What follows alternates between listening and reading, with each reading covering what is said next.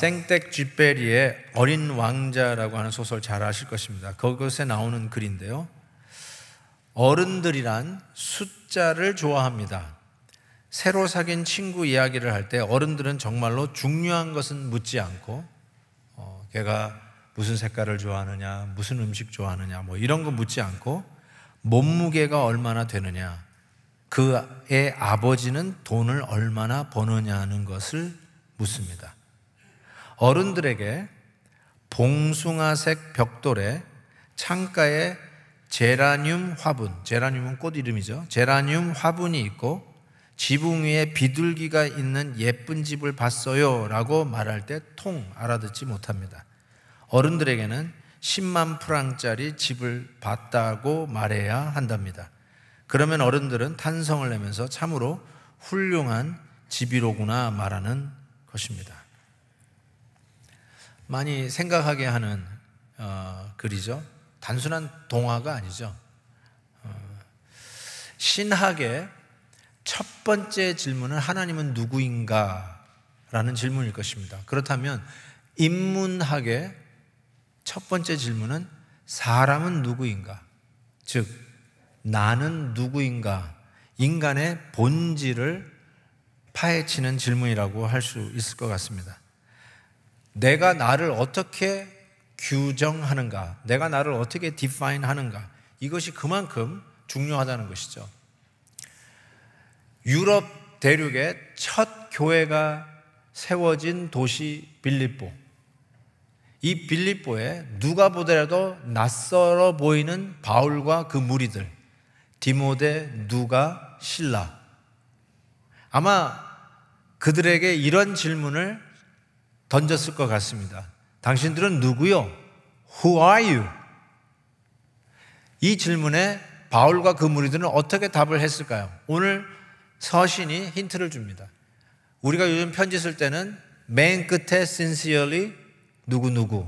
그렇지만 바울 시대에는 편지를 쓸 때 발신자의 이름을 먼저 썼습니다. 그래서 오늘 본문에도 그 발신자, 자기를 밝히는데 이렇게 밝히고 있습니다. 그리스도 예수의 종 바울과 디모데는. 이것이 바울이 가지고 있는 자기 자신에 대한 definition, 자기의 정체성을 이렇게 밝히고 있습니다. 그리스도 예수의 종이다 라고 하는 것입니다. 여러분은 여러분을 어떻게 소개하시겠습니까? Who are you? 누가 저에게 당신은 누굽니까? 라고 묻는다면 저는 베들교회 담임 목사님입니다 라고 이야기할 것 같아요. 여러분은 어떻게 소개하시겠습니까? 나는 모 기업의 부장입니다. 나는 제가 몇 년 전에 시작한 작은 기업의 사장입니다. 뭐 어떻게 여러분 설명하시든지, 만약에 여러분의 가족 중에 누가 저명한 사회적으로 공인이 있다면 뭐 아무개 아시죠? 알죠. 제가 그분의 아들입니다. 아니면 그분의 여러분의 아버님이세요? 아니면은 내가 그 아들이 유명하고 딸이 유명하면 내가 그 딸의 아비입니다. 뭐 이렇게 아마 자기 자신을 소개하지 않을까 싶습니다. 그런데 바울은 자기 자신을 소개를 하는데 나는 그리스도 예수의 종입니다. 이렇게 소개합니다. 종, servant, 헬라어로 doulos. 근데 이 종이 somehow 좀 미화된 감이 없지 않아 있습니다. 그래서 가끔 그러잖아요. 우리 김한효 목사님 주님의 종입니다. 그 말을 할 때 조금 약간 업그레이드 된 것 같다는 느낌이 들어요. 여러분이 풋다운 하려고 목사님은 주님의 종입니다 이러지 않거든요. 그런데 실은 원색적으로 그 원래의 의미에 좀 더 가까이 가려면 종이라는 말보다는 노예가 맞습니다. 예수 그리스도의 노예라는 말이 맞아요. 바울은 이 생각이 늘 가득 차 있었던 것 같아요. 그래서 자기 자신을 소개할 때 나는 그리스도 예수의 노예입니다 이렇게 소개했던 것 같아요. 바울이 자기의 정체성을 소개하는 것을 조금 제가 리서치를 해봤는데, 고린도 교회를 향해서 어떤 교회가 좀 그 안에 당파가 지어졌어요. 교회 안에 당파가 있었어요. 그러면서 고린도전서 몇 장이죠? 1장에 보니까 이렇게 돼 있어요. 너희가 각각 이르되 나는 바울에게, 나는 아볼로에게, 나는 게바에게, 나는 그리스도에게 속한 자라 한다는 것이니. 교회가 파가 있었던 거예요. 누구는 아볼로파, 바울파, 베드로, 게바파, 심지어는 난 예수 그리스도파다. 교회 안에 이런 파가 있다는 거예요. 이건 정말 건강하지 못한 모습이죠. 그러면서 이 이야기를 다루면서 바울이 이렇게 딜을 하는데 3장 5절을 보시면 이렇게 돼 있어요. 아볼로는 무엇이며 바울은 무엇이냐? 그들은 주께서 각각 주신 대로 너희로 하여금 믿게 한 사역자들이다. 이렇게 이야기합니다. 그러면서 여기 주목할 것은 바울이 아볼로는 누구이며 바울은 누구이며 이렇게 얘기하지 않았어요. 잘 보세요. 영어로도 Who is Apollos? Who is Paul? 이렇게 얘기 안 했어요. What is Apollos? What is Paul? What을 썼어요. 중성명사 what을 썼어요. 바울은 우리 식으로 얘기하면 내가 잘 아는 분의 모습으로 나를 규명하지 않았어요. 내가 우리 아저씨가 청와대에서 일합니다. 뭐 그러면서 자기 자신을 소개하지 않았어요. 우리 아버지가 모 그룹의 회장인데 내가 그 그룹 회장님의 차남입니다. 이렇게 자기 자신을 소개하지 않고 뭐라고 얘기하냐면 What is Paul? 뭘 하느냐에 훨씬 더 관심이 많았던 것 같아요. 나의 나됨은 바로 내가 무엇을 하느냐에 더 생각을 많이 했다는 것이죠. 그래서 고린도 후서 4장 5절에 이렇게 자기 자신에 대해서 확실히 얘기합니다. 우리는 우리를 전파하는 것이 아니요 오직 그리스도 예수의 주 되신 것과 또 예수를 위하여 우리가 너희의 종된 것을 전파하노라. 내가 그리스도 예수의 종이라고 했기 때문에 내가 뭘 전하느냐? 예수 그리스도를 전하고, 그리고 여기 이제 한 가지 좀 더 생각할 게 있는데 바울이 뭐라 하냐면 내가 예수 그리스도의 종인데 너희의 종된 것도 전파한다. 이렇게 표현하고 있습니다. 여기서 우리가 조금 더 생각해 보셔야 될 것이 내가 예수 그리스도의 종이란 말은 주인이 누구란 뜻이에요? 예수 그리스도가 내 주인입니다. 아멘이죠? Jesus Christ is my master. 그리고 나는 그분의 노예. 노예라고 쓰는 것이 훨씬 더 감각적으로 다가옵니다. 나는 예수님의 노예입니다. 하라면 하고 꿀라면 꿀고 쓰라면 쓰고 가라면 가는 예수님 나의 마스터가 하라는 대로 하는 노예입니다. 그래서 나는 나의 주인 되시는 예수님이 하라는 대로 하는 종이에요. 그렇죠? 근데 바울이 한 가지 더 이야기하는 게 뭐냐면 내가 예수님의 종된 것을 어떻게 확인하냐면 여러분을 섬기는 종으로서 내가 예수님을 주인으로 둔 종인 것을 확인합니다. 여기서 한 가지 생각해 볼 게 있습니다. 바울이 이 서신을 쓰던 2000년 전에는 그 사회가 노예 제도가 허용되던 시대예요. 노예가 있었어요. 노예가. 그래서 에베소서에 보면 노예를 향해서 쓴 내용이 나옵니다. 잘 아시는 대로 종들아, 노예들아 그 뜻이죠. 에베소서 6장에 나오는데 종들아 두려워하고 떨며 성실한 마음으로 육체의 상전에게 your master, 육체의 상전에게 순종하기를 그리스도께 하듯 하라 이렇게 얘기했어요. 많은 분들이 이 부분을 오해해서 사도 바울은 노예 제도를 허용했다. 그래서 인간 사회에 노예 제도를 가지고 있는 게 괜찮다고 하나님이 허락했다. 이렇게 잘못 해석하는 분이 있고요. 더 나아가서 미국에 노예 제도가 있었잖아요. 미국 교회 역사에, 크리스천 역사에 가장 치욕적인 게 이 나라에 노예 제도가 있었어요. 흑인들을 가져와서 흑인들을 노예로 부렸어요. 그런데 그때 백인 마스터들이 바로 이 구절, 봐라, 성경 하나님께서도 육체의 상전에게 순종하기를 그리스도께 하라 하지 않느냐. 너희들 왜 순종 안 해? 이러면서 이 성경 구절을 abuse, 남용했어요. 그 뜻이 아닌데. 얼마 전에 어느 목사님하고 이렇게 대화할 시간이 있었습니다. 근데 그 목사님 저보다 뭐 훨씬 연배가 낮으신 분인데 40대신 것 같은데 담임 목회를 하다가 6년 만에 사임을 하게 되셨어요. 너무 마음이 아픈 거예요. 너무 힘들어가지고. 얼마나 힘들었는지 우울증에 걸려가지고 정신 상담을 받을 정도로 힘들었던 거예요. 그래서 너무 마음이 안 돼가지고 이렇게 얘기하는데 뭐 양쪽 얘기 다 들어봐야 된다라고 얘기하실 분도 있겠지만 어쨌든 그 너무나도 착하고 유한 목사님이신데 이야기를 하는데 너무너무 힘들었던 거예요. 예를 들면 뭐가 힘드냐면은 목사가 교회에 무슨 고용인 같이 부린다는 거예요. 그러면서 사모님은 당연히 부엌에 들어가서 설거지 해야 돼. 권사님들은 매니큐어 바르는 손에 물 묻힐 수 없다고 사모가 들어가서 설거지 하라고. 설거지 해야지 뭐. 우리 사모도 하긴 해야 되는데 그래서 하라고 그러면 하면 안 되지. 예. 담임 목사님한테 펀치인 펀치아웃을 하라고 그래. 언제 교회 오고 언제 교회를 나가는지. 지금 이게 뭘 하고 있는 것인지 제가 이건 빙상의 일각이고요. 더 얘기를 하려면 제가 속이 상하고 아마 여러분도 들고 일어날 것 같아요. 그래서 그 교회 가가지고 다 때려 눕힐 것 같아서 내가 말을 못 하겠어요. 잘 보세요. 교회가 봉급을 주었으니까 목사나 사모는 우리의 종이다. 마치 회사에 종업원을 부리듯이 내가 부릴 수 있다라고 생각한다는 거죠.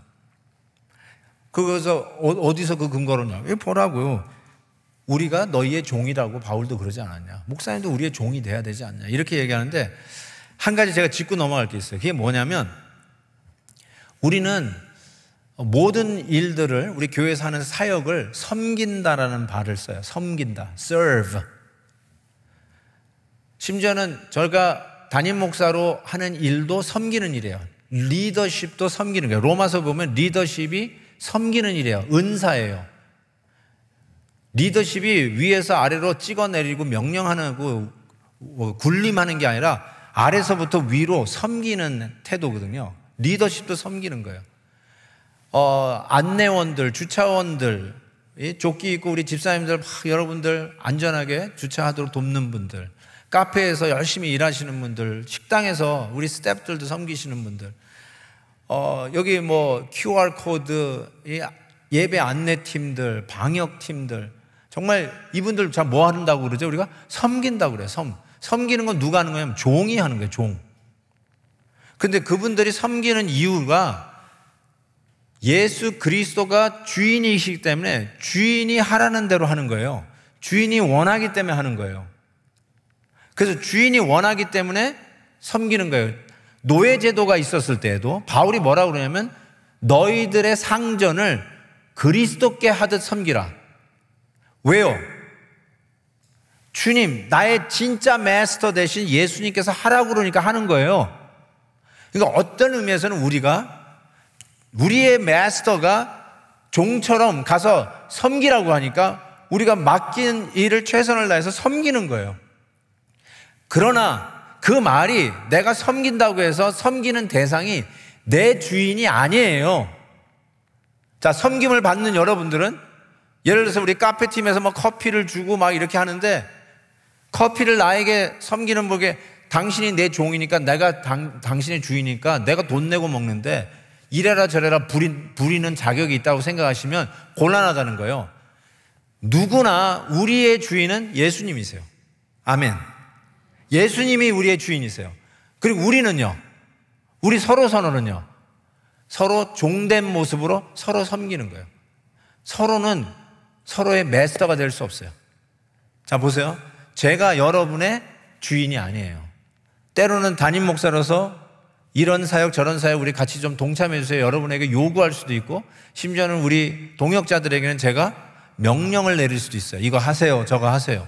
그래서 제가 민감한 부분인데 그래도 분명한 것은 제가 그분들의 마스터가 아니에요. 우리들의 마스터는 예수님이세요. 그리고 주인이 하라는 일을 우리는 명령을 받고 모든 일을 섬기는데 죽게 하듯 할 뿐이에요. 우리 서로는 뭐예요? 종들이에요. 그래서 여러분이 제가 여러분을 섬긴다고 저를 종처럼 생각하고 여러분이 저의 주인이라고 생각하시면 곤란해요.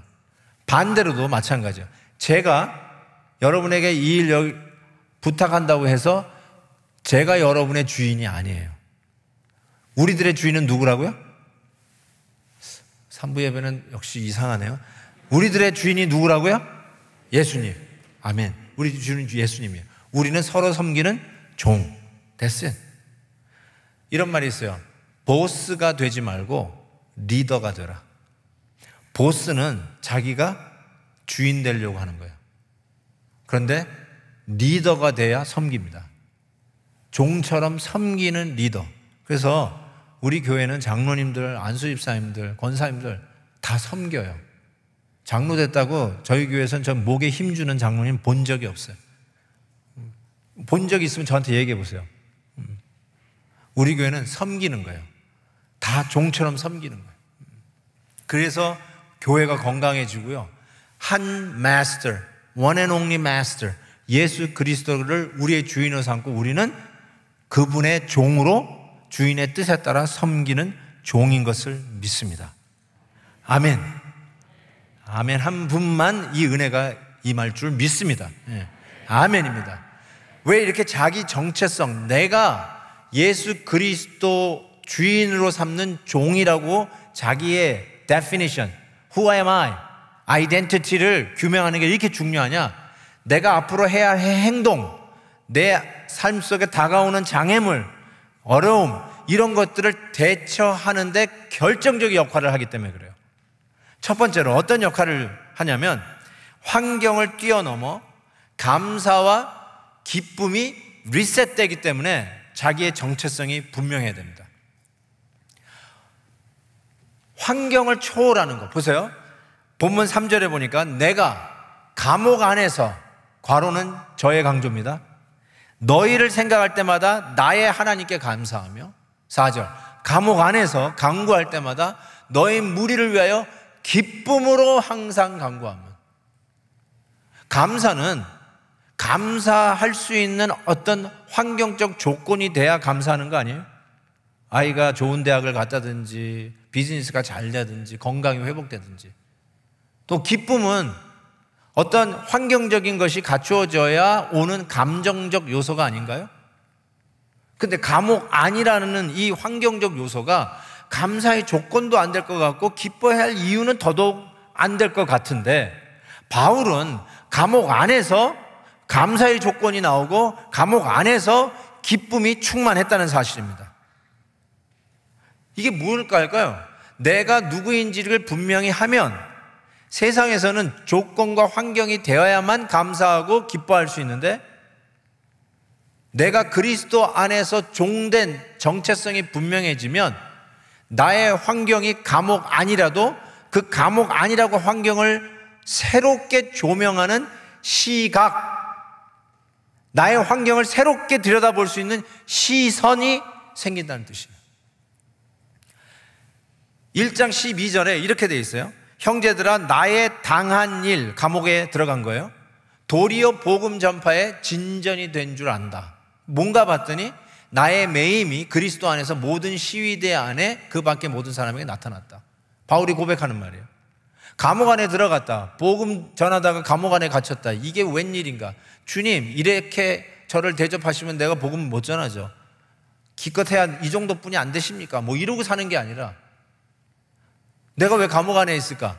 감옥 안에 오지 않았다면 만날 수 없는 시위대 사람들에게 복음을 전파할 기회를 가진 거예요. 아니, 감옥 안에 있어서 불평불만하고 저주하는 게 아니라 감옥 안에 있는 환경을 새로운 각도로 보는데, 내가 여기 오지 않았으면 만날 수 없는 사람에게 그 사람을 만나게 되고 그 사람에게 복음을 전하고 복음의 진전, advance of the gospel이 그 사람들에게 나타났다는 거예요. 내가 감옥에 없었으면 절대로 만날 수 없는 사람들을 감옥 안에 만나서 복음을 전하게 되었으니 할렐루야요, 감사요, 기쁨이요. 보세요. 감옥 아니라고 하는 환경을 새롭게 보는 시각, 퍼스펙티브가 생겼다는 뜻이 아니겠습니까? 인터넷에 떠돌아다니는 글이기 때문에 아마 여러분도 읽으셨을 거라고 하는데 한번 들어보십시오. 10대 자녀가 반항하면 그건 아이가 거리에서 방황하지 않고 집에 잘 있다는 것이고, 지불해야 할 세금이 있다면 그건 나에게 직장이 있다는 것이고, 파티를 하고 나서 치워야 할 게 너무 많다면 그건 친구들과 즐거운 시간을 가졌다는 것이고, 옷이 몸에 좀 낀다면 그거는 잘 먹고 잘 살고 있다는 것이고, 깎아야 할 잔디, 닦아야 할 유리창, 고쳐야 할 하수구가 있다면 그건 나에게 집이 있다는 것이고, 정부에 대한 불평, 불만의 소리가 많이 들리면 그건 언론의 자유가 있다는 것이고, 주차장 맨 끝 먼 곳에 겨우 자리 하나가 있다면 그건 내가 걸을 수 있고 또 나에게 차가 있다는 것이고, 난방비가 너무 많이 나왔다면 그건 내가 따뜻하게 살고 있다는 것이고, 교회에서 뒷자리 아줌마의 엉터리 찬송이 영 거슬렸다면 그건 내가 들을 수 있다는 것이고, 온몸이 뻐근하고 피로하다면 내가 열심히 일했다는 것이고, 이른 새벽 시끄러운 자명종 소리에 깼다면 그건 내가 살아있다는 것이고, 이메일이 너무 많이 쏟아진다면 저 같은 경우인데 그건 나를 생각하는 사람들이 그만큼 많다는 것이죠. 새로운 시각, 내가 맞닥뜨리고 있는 힘들고 어려운 일들을 새롭게 보는 힘이 어디서 생기냐? Who I am, 내가 그리스도 안에서 누구인가를 확실하게 규명할 때 환경을 초월하는 감사와 기쁨을 끌어내는 능력을 얻게 된다는 것이죠. 아멘입니다. 아멘. 두 번째로, 나의 정체성을 확실히 하는 것이 어떤 면에서 힘이 되느냐? 저는 이렇게 생각합니다. Job description이 리셋되기 때문에 중요하다고 생각합니다. Job description 리셋이 됩니다. 왜요? 오늘 5절 말씀해 보니까 Job description을 이렇게 얘기하고 있어요. 너희가, 빌립보 교회 성도들에게 하는 말이에요, 첫날부터 이제까지 복음을 위한 일, 복음을 위한 일에 언더라인, 참여하고 있기 때문이다, 이렇게 얘기합니다. 복음을 위한 일, 바울이야말로 복음을 위한 일이죠. 복음 전하다가 감옥에 들어갔잖아요. 근데 감옥에 들어간 바울을 안 되게 생각해서 헌금을 모아서 지금 바울에게 갖다 줬잖아요. 그런데 그 일도 바울에게 도움의 손길을 보낸 것도 복음을 위한 일로 규명하고 있는 것입니다. 바울과 동참하면 복음을 위한 일이죠. 우리가 성도로서 하나님의 일에 동참할 때 우리의 일은 복음을 위한 일이 될 것을 분명히 믿습니다. 저는 우리 성도님들 신방은 우리 목장 담당 목사님들이 하십니다. 근데 제가 하는 신방은 개업 예배 신방을 제가 꼭 합니다. 여러분이, 제가 어려워가지고 담당 목사님에게 부탁을 해도 저에게 옵니다. 왜냐하면 개업 예배는 제 몫입니다. 제가 왜 개업 예배를 꼭 가려고 그러냐면 바로 이 부분을 확인시켜 주고자 하는 열정 때문에 그래요. 그게 뭐냐면 무슨 비즈니스를 오픈했든지 간에 그것은 복음을 위한 일이라는 것을 확인하기 위해서요.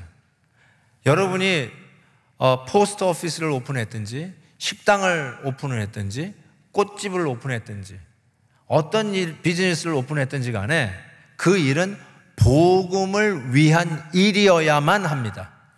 복음을 위한 일이에요. 여러분이 어떤 회사의 부장으로 일하든지 어떤 회사의 컴퓨터 엔지니어로 일하든지 리얼 에스테이트로 일하든지 메디컬 닥터, CPA, 간호사, 바리스타, 세탁업, 가드너, 무엇으로 일하든지 간에 여러분의 일들은 주님을 위한, 복음을 위한 일이 되어야 합니다. 아멘입니다. 정말로 그래요. 복음을 위한 일하고 연결이 돼야 돼요. 내가 그냥 잘 먹고 잘 사는 것으로만 비즈니스 하는 것이 아니라 이 일을 통해서 복음을 위한 일들이 증진되어야 된다는 것이에요. 그래서 목사도 복음을 위한 일이 돼야 돼요. 목사하면 전부 다 자동적으로 복음을 위한 일이라고 생각하면 곤란합니다. 가끔 목사인데도 복음과 상관없는 일을 하는 분들이 있어요. 여러분이 하는 일은 복음을 위한 일을 위한 것이라는 걸 깨달으셔야 돼요. 그게 바로 개혁자들이 했던 말이에요. 직업 소명설, 모든 직업이 하나님의 거룩한 부르심이다. 그게 무슨 뜻이에요? 모든 직업은 그 일을 통해서 하나님의 영광을 드러내고 복음의 진보를 나타내는 일을 위해서 기여해야 된다는 것이죠. 그래서 저는 분명히 믿어요. 여러분이 무슨 일을 하든지 간에 복음을 위한 일이 되어야 돼요. 그래서 여러분의 본업은 복음을 위한 일이에요.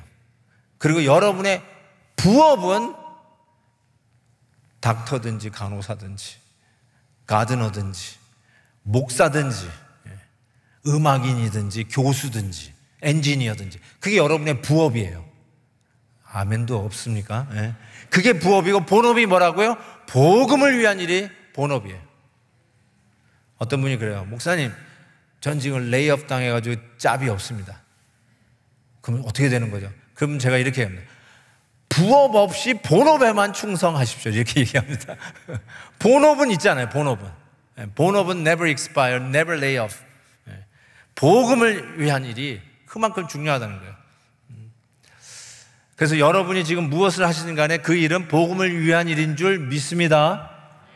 아멘입니다. 아멘. 그리고 또 하나의 유익은요, 복음을 위한 일이기 때문에 결과는 주님 앞에 맡길 수 있는 사람이 돼요. 6절 보세요.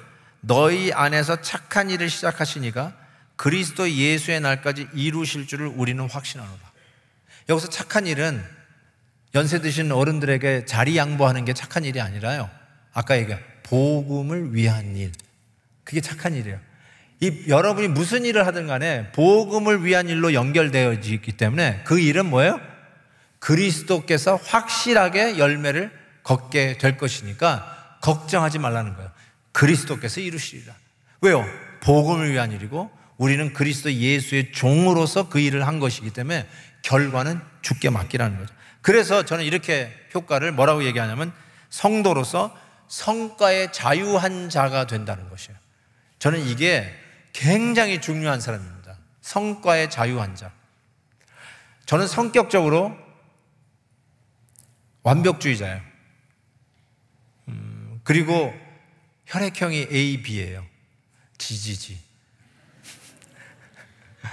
예배를 드려도요, 우리 여러분은 예배 드리고 카페에서 커피 한잔 하시고 집으로 돌아가시지만 우리 목회자들은 마지막에 평가를 합니다.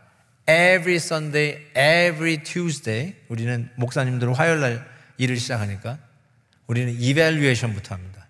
저는 오늘 예배도 3부 예배도 평가할 겁니다. evaluation 합니다. 그리고 저는 어느 정도의 그 고울이 있어요. 100%라면 evaluation인데 80%뿐이 안 됐다. 그러면 20%를 어떻게 reach out 하느냐, 그거를 평가하면서 계속해서 생각합니다. 어떻게 하면 올릴 수 있을까? 어떻게 하면 이 갭을 좀 줄일 수 있을까? 늘 평가해요. 저는 어떤 일을 맡으면 태스크 오리엔트 돼가지고 반드시 그 일을 job done 해야 되는 성격이에요. 그런 분들 많이 계시죠? 책상이 깨끗한 분, 서랍이 정리되어 있는 분들, 일을 하면 반드시 끝내고 잠을 주무시는 분들,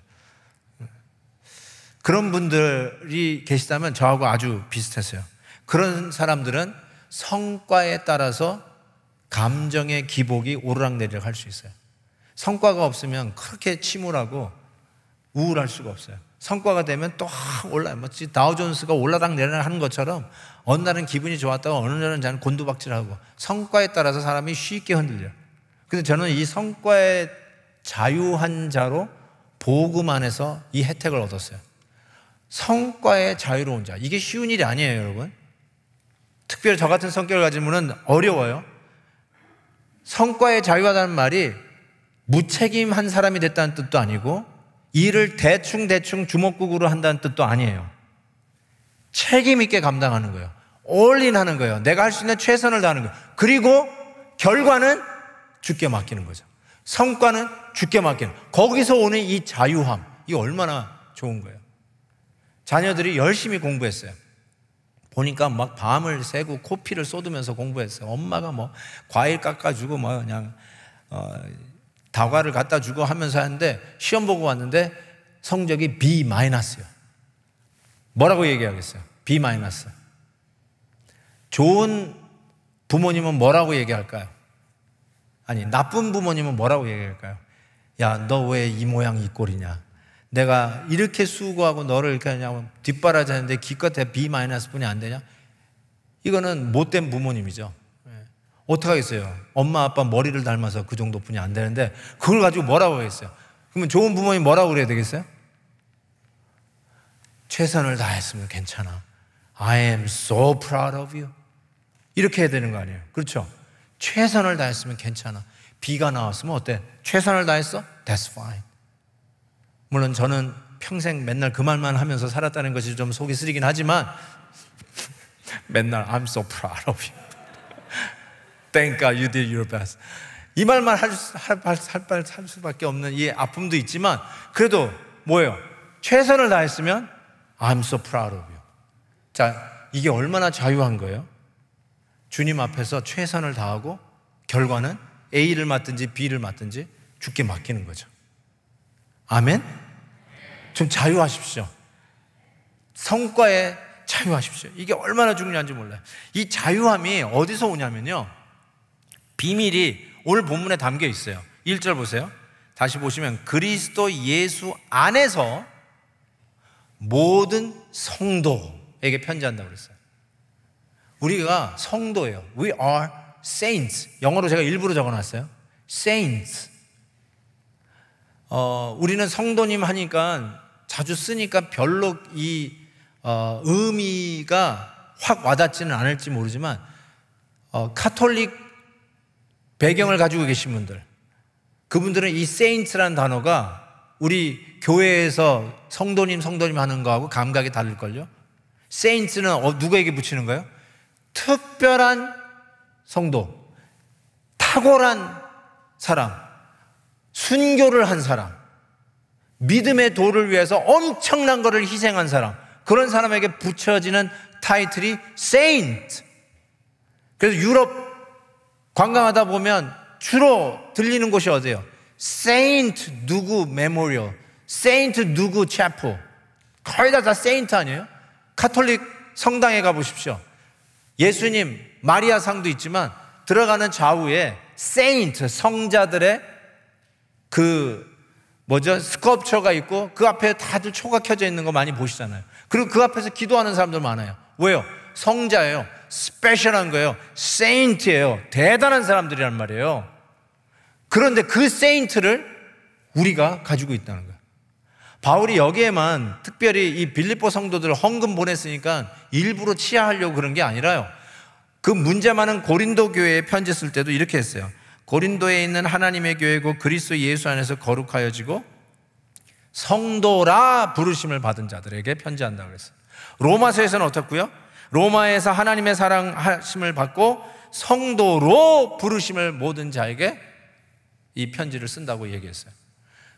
우리가 특별하게 뭔가 업적을 남기지 않았는데도 불구하고 바울은 우리를 향해서, 지극히 평범한 우리를 향해서 성도, 세인트라고 부르기에 주저하지 않습니다.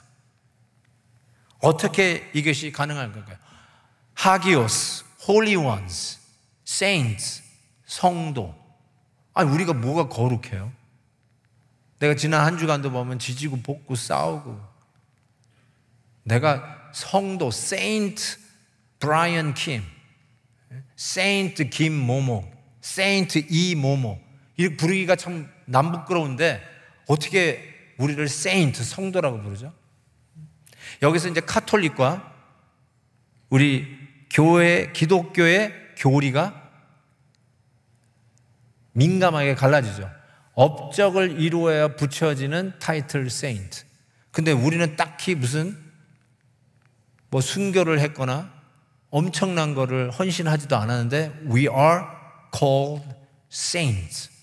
여기에 엄청난 교리적인 디퍼런스가 있죠. 뭘까요? 하나는 은혜죠. 하나는 자기 행위의 공로죠. 자기 행위의 공로냐 아니면 은혜이냐. 공로를 세워야 세인트인데 우리는 공로 없이 세인트. 어떻게 된 거죠? 이 거룩하다, 하기오스라는 말은 실은 정확하게 보면 구별되었다는 뜻이에요. set apart, 구별되었다. 요즘은 별로 그런 집이 없을지 모르겠지만 제가 어렸을 때 자랄 때에도 아버지 밥그릇이 따로 있었어요. 이 밥그릇은 아버지 밥그릇이고 아버지 숟가락, 젓가락이 따로 있었어요. 이 말을 못 알아들으시는 분 손 들어보세요. 그런 세상에 그런 전근대적인 집이 있었냐 그런 집 모르는데 제가 어렸을 때는 딱 보면 이거 아버지 밥그릇. 우리가 아이들도 알았어요. 이거 아빠 숟가락. 그래서 이렇게 야 숟가락 놔 그러면은 아빠 앉는 자리에 아빠 숟가락을 놨어요. 그건 뭐냐면 아빠 밥그릇과 아빠 젓가락이나 숟가락이 더 뭐 골드로 막 금을 맺게 있거나 뭐 더 위생적이나 그런 뜻이 아니라 아빠 용이에요. 그게 set apart 그런 뜻이에요.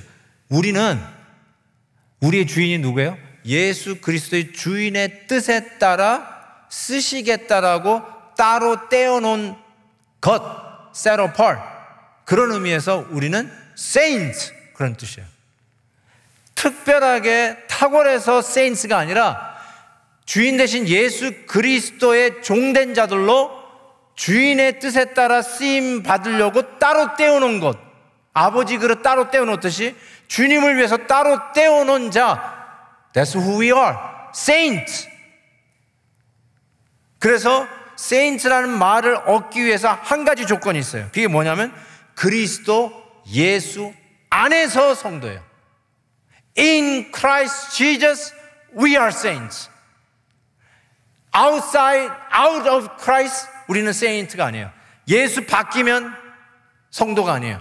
예수 안에 있어야 성도입니다. 굉장히 심플한 거예요. Jump out, you are not saints. 다시 in Christ jump in, you are saints. 지금 그 얘기를 하고 있는 거예요. 그러면 jump in Christ로 들어온다는 말은 무슨 뜻인가? 우리 주 예수 그리스도께서 나의 죄를 위하여 십자가에 달려 돌아가심으로 우리가 하나님의 자녀 되었고 의인 되었다는 것을 믿는 자, 이 믿음이 in Christ로 jump in 하게 하는 거예요. 이걸 못 믿으면 역전이 outside. 그러나 이 믿음을 가진 자 in Christ. 그래서 그리스도 안에서 우리는 모든 게 가능해진 자가 되었어요. 고린도전서에 아담 아니냐 그리스도 아니냐라고 하는 아규먼트가 있어요. 15장 보면 아담 안에서 모든 사람이 죽은 것 같이 그리스도 안에서 모든 사람이 삶을 얻느니라. 아담 안에서는 죽어요. 근데 그리스도 안에서는 살아요. 아담 안에서 죽는 삶의 대표적인 게 바로 생텍쥐페리가 어린 왕자에서 얘기하는 어른들의 사고방식이에요. 성공이 뭐냐? 숫자로 나타내요. 저 사람이 누구냐? 숫자로 얘기해요. 연봉이 얼마다. 연봉 얼마짜리 인간. 집이 얼마짜리 집에서 사는 사람. 그것이 자기 나름대로의 성공이고 승리고 나름대로의 입지양명이에요. 그런데 여러분 아담 안에서 성공한 사람 보셨어요? 그것으로 성공하셨나요? 다 이룬 것 같아도 내리막길의 허전함.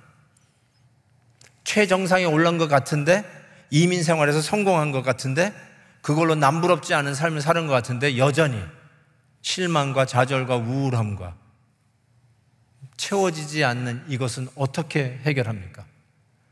성공했지만 뒤안길이 어둡고 자녀들을 보면서 한숨을 내쉴 수밖에 없는 우리들의 모습들. 숫자로 우리의 우리됨을 결단코 이야기할 수 없고 숫자로 나의 나됨을 증명할 수 없고 구원받을 수 없다라고 하는 한계가 아담 안에 있는 모습 아닙니까? 그런데 그 아담 안에서 이룰 수 없는 것을 우리들은 어디서 얻을 수 있느냐? 그리스도 안에서 얻을 수 있다는 거예요. 그리스도 안에서 숫자로 규명되지는 않지만 그리스도 안에서 행복하고 그리스도 안에서 환경을 초월하고 그리스도 안에서 기뻐하고 그리스도 안에서 남들은 상상할 수 없는 조건에서 감사의 조건을 끌어낼 수 있는 것 in Christ. 이게 가능하다는 걸 얘기하고 있죠. 그래서 여러분이 잘 아는 고린도 후서 5장 17절 누구든지 그리스도 예수 안에 있으면 whosoever is in Christ Jesus 새로운 피조물이라 we are new, behold 이전 것은 지나갔으니 보라 새 것이 되었도다. 그리스도 안에서 we are new, 새 것이란 말이에요. 아담 안에서 세상이 전형적으로 생각하는 그 틀 안에서 생각하며 나는 성공했다, 실패했다, 나는 아직 안 된다, 그게 아니라 우리는 그리스도 안에서 we are new, 새롭게 얻었다는 것이죠. 심지어는 골로새서 이렇게까지 얘기합니다. 그리스도 안에서 우리는 완전한 자로 세우려 합니다. We got package deal. 그리스도 안에 있으면 we got package deal. 컨퍼런스 가끔 가보시면 온라인으로 등록하시거나 메일로 등록하잖아요. 레지스트레이션 피를 내셨어요. 그러면 그 컨퍼런스에 가시면 등록 부스가 있어요. 그 부스에 가면은 My name is Brian Kim. 그러면 딱 찾아가지고 you are registered 하면서 네임 태그를 줘요. You are a member for this conference. 그리고 네임 태그를 딱 주잖아요. 그런데 네임 태그만 주는 게 아니라 여기 볼펜도 주고 노트북도 주고 점심에 먹을 수 있는 샌드위치도 주고 그러면서 이런 북글리스 하나 탁 주는 거예요. 그러면서 또 오늘 컨퍼런스 스피커가 쓴 책도 선물로 탁 주는 거예요. Oh, I didn't sign up for this. 그때 이렇게 하는 거예요. Everything is included in your registration. registration 등록비에 다 포함되어 있는 거예요. It's included. 똑같아요. You are in Christ, everything is included. Everything is included. 이제는 천국 가는 티켓 땄다. 아니요. 그것만이 아니라 everything is included. 이 세상에서 이야기해 주는 숫자로서의 성공이 아니라 할지라도 환경을 초월할 수 있는 행복과 성과에서부터 자유로운 이 복음의 진정성, 이것으로 말미암아 우리는 언제 어디서든지 그리스도 안에 있음으로 당당하고 행복하고 어떤 환경을 뚫고 나갈 수 있는 에너지를 얻게 된다는 것이죠. Everything is included. 그리스도 안에 있으면 이것이 가능하다는 것이죠. 할렐루야. 아멘입니다. 아멘. 저는 이것이 베델교회가 지향하는 사역 목표입니다. This is 베델교회 goal이에요. Where are you now? 목사님, I'm in the church. Fine. 교회 안에 있는 거, 교회 건물 안에 있는 거 좋습니다. 교회 밖에 있는 것보다 훨씬 낫죠. 그런데 레스토랑 안에 있다고 항상 영양 공급을 받는 게 아니듯, 차고 안에 있다고 잘 나가는 고급 승용차가 되는 게 아니듯, 병원 안에 있다고 전부 다 탁월한 의사가 되는 것이 아니듯, 교회 건물 안에 있다고 그리스도 안에 있는 것은 아니더라고요. 우리 베델교회 사역의 목표, 제자훈련, 양육반, 전도 폭발, 심지어는 영성사역, 베델 동산, 그리고 모든 섬기는 100가지 가까운 모든 사역의 목표는 뭐냐? We are in Christ. 그리고 we become perfect in Christ. 패키지 deal. 그리스도 안에서 우리의 부족한 점을 채워가면서 자라가는 것이 우리 베델의 목표입니다. I want to make sure every one of you are in Christ. 그리스도 안에 있는 것을 확인하고 또 확인하면서 함께 그리스도의 집을 지어져가는 우리 베델의 가정이 되기를 주의 이름으로 축복합니다.